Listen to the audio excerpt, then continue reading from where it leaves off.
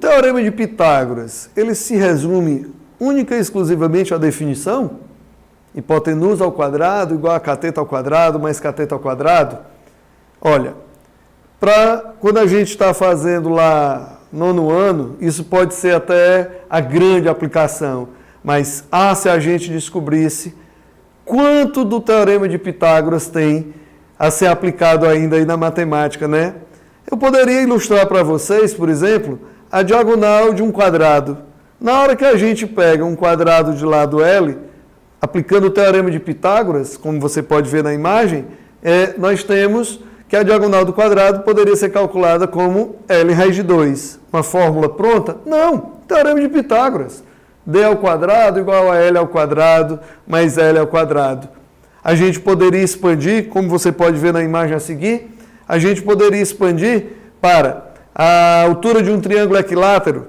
Eu poderia fazer esse cálculo por trigonometria também. Afinal de contas, eu conheço os ângulos. Mas eu poderia também, por teorema de Pitágoras, chegar naquela relaçãozinha tão importante quando a gente vai trabalhar em geometria espacial. Principalmente quando a gente está lá em pirâmide, em prismas de base triangular. A gente precisa muito dessa informação, de que a altura do triângulo equilátero é dada por L raiz de 3 sobre 2. Mas você já parou para pensar comigo que tem outras aplicações? Veja na imagem a seguir. Quando a gente estuda geometria analítica, na matéria chamada distância entre dois pontos, o que é que nós temos?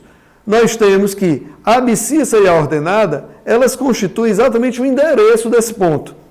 Como nós podemos ver na imagem, temos o ponto A de endereço XAYA e o ponto B de endereço XBYB. O que é que significa exatamente esse XA? É essa distância horizontal da projeção horizontal do ponto A até a origem. Esse XB, a distância da projeção horizontal do ponto B até a origem. Amigos, fazendo a mesma analogia com o Y e formando um triângulozinho retângulo aí, o que é que nós podemos ver? Que a distância entre os dois pontos e essa relação entre as diferenças das abscissas e das ordenadas, elas constituem única e exclusivamente uma aplicação do teorema de Pitágoras. Chegamos onde a gente queria? Ainda não. Vamos expandir um pouquinho mais. Vamos falar de um tema um pouquinho mais complicado para alguns alunos, que é a equação da circunferência. Ok? Na equação da circunferência, o que é que nós podemos dizer? Nós temos uma circunferência de centro A e B, e nós temos um ponto qualquer dessa circunferência de coordenadas x e y.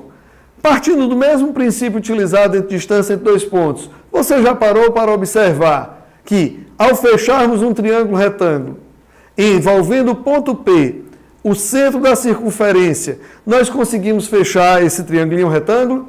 E essa famosíssima equação reduzida da circunferência não passa nada mais, nada menos do que uma mera aplicação do teorema de Pitágoras. E aqueles valorezinhos ali, A e B, que você vê subtraindo do x e subtraindo do y, nada mais são do que as coordenadas do centro. E aquela distância ao quadrado é o raio ao quadrado. Vejamos no exemplo a seguir uma aplicação importante do que foi estudado sobre a equação reduzida da circunferência. Mas como é que eu posso achar o resultado de uma equação se nenhum valor foi dado? Um dos tipos de problema mais comum na atualidade, o problema de identificação das características. O aluno que apenas olhou para as alternativas, ele ficou procurando, mas cadê o centro? Cadê o raio? Amigos, o centro e o raio estão localizados no segundo quadrante. Então, nós estamos procurando uma circunferência que tenha uma abscissa negativa para o centro e uma ordenada positiva para o centro. Não era um problema de cálculo, era um problema de observação. Observando-se a alternativa A, ele nos diz que a abscissa do centro é 0. O centro dessa circunferência não está no eixo do x. Na letra B, ele nos diz que a ordenada do centro é nula.